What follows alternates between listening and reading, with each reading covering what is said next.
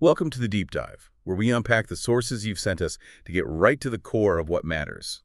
Today we're taking a deep dive into a poem you highlighted, Remember, by Christina Rossetti. It's quite something. Really digs into love, loss, and, well, how we connect even after. Well after. It really does. And, understanding Rossetti helps frame Remember, I think. She was born in London 1830, came from this incredibly literary, artistic family. I mean, really steep Yeah, in it. the Rossetti, so you hear the name. Exactly. Her father was an Italian poet, a scholar. Her siblings, like Dante Gabriel Rossetti, the pre-Raphaelite painter and poet. So she grew up surrounded by this intense creative energy. And she was definitely influenced by Italian poets, Petrarch especially. You can really see that in the form of Remember. Okay, Petrarch, of the sonnet form. Precisely. But what's really striking, and maybe a bit surprising from your sources, is how much her own life, even early on, shaped her work. She saw her father go through a long illness, his death. That hit her hard, led to depression. And then later, she dealt with chronic illness herself, Graves' disease, then cancer, became quite an invalid. Wow, so a lot of heavy experiences. Definitely. And you see that reflected in her poetry, especially later. Lots of focus on pain, death, mortality, loss, intense themes. But here's the thing about Remember, she wrote it when she was just a teenager, 1849. No kidding, so young. Yeah, long before some of her biggest health struggles. And maybe even more surprising, it wasn't published until 1962. Decades after she died. Decades later, it's like the poem had its own journey, waiting. That's fascinating. A teenage poem with such weight. And knowing it's a Petrarchan sonnet, that specific structure, it feels like a journey just within those 14 lines. Before we really get into the layers, maybe let's just hear it, get the full impact. Good idea. Okay, here is Remember by Christina Rossetti. Remember me when I am gone away, gone far away into the silent land, when you can no more hold me by the hand, nor I half turn to go, yet turning stay. Remember me when no more day by day you tell me of our future that you planned. Only remember me, you understand.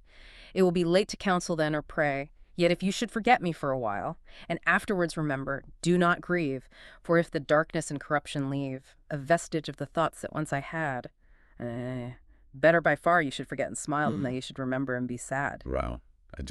It lands every time. So, okay, on the surface, those first lines, what's the basic request and how fast does it start to change? Well, it starts really strong, doesn't it? Remember me, almost a command. She's facing death, that silent land, and the big fears being forgotten. Right. And as you said, it's a Petrarchan sonnet. So 14 lines split into two parts. The first 8, the octave, they set up the problem. And the problem here is definitely this urgent need to be remembered. There's this anxiety, this need for the connection to last.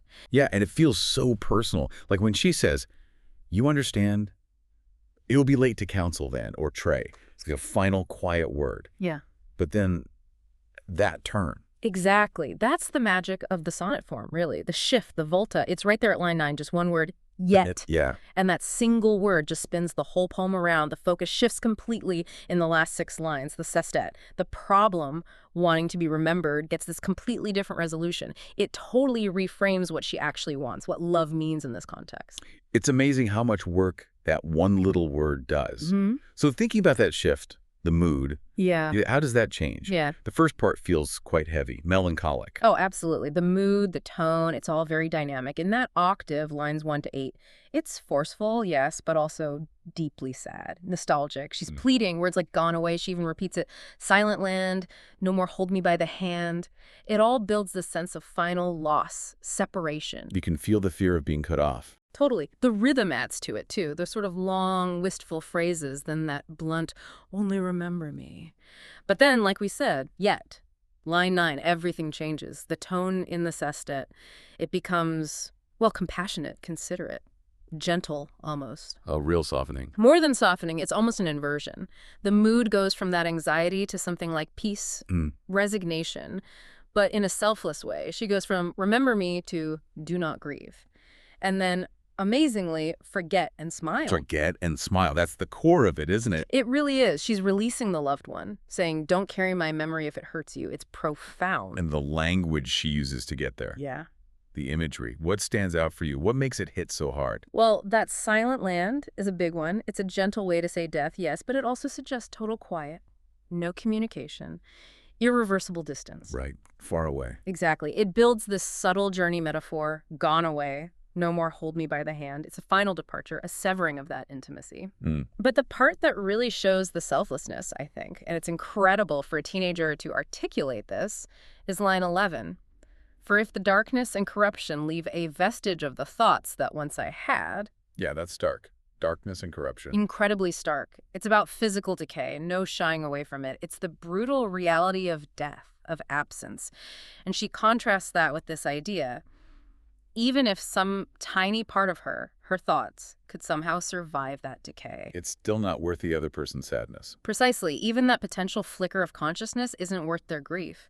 That contrast makes the ending just devastatingly generous. She accepts her own potential nothingness for their happiness. So pulling it all together then, the structure, the mood, the imagery, what's the core message we should take away? What's the real nugget from this deep dive? I think the core message is really about redefining love in the face of death. It starts with that very human thing, wanting to be remembered. We all have that fear of being erased, right? Yeah, wanting to leave a mark.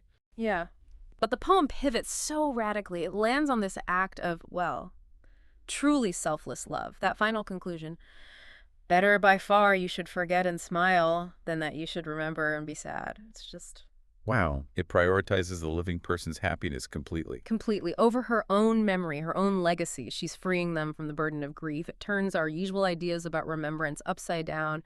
Usually we think being remembered is the goal, no matter what. She challenges that. So yeah, it explores love, death, memory. But the deepest insight is that maybe true love's ultimate act is self-sacrifice. Sacrificing even your own memory for the other's joy, even across that ultimate separation. It's incredibly compassionate.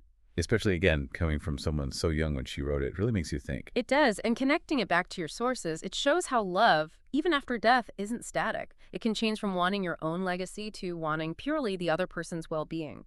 It kind of suggests that the truest form of love might actually be about letting go, actively letting go. That definitely gives you something to think about, doesn't it? It raises that question for all of us, really. In our own relationships, how do we find that balance between wanting to be remembered, which is natural, and genuinely wanting the happiness of the people we love, especially after we're gone? It's, a lot to consider as you keep exploring these ideas. Well, that's all for today's deep dive. Hope this look at Remember shed some more light on your sources. Until next time, keep diving deep.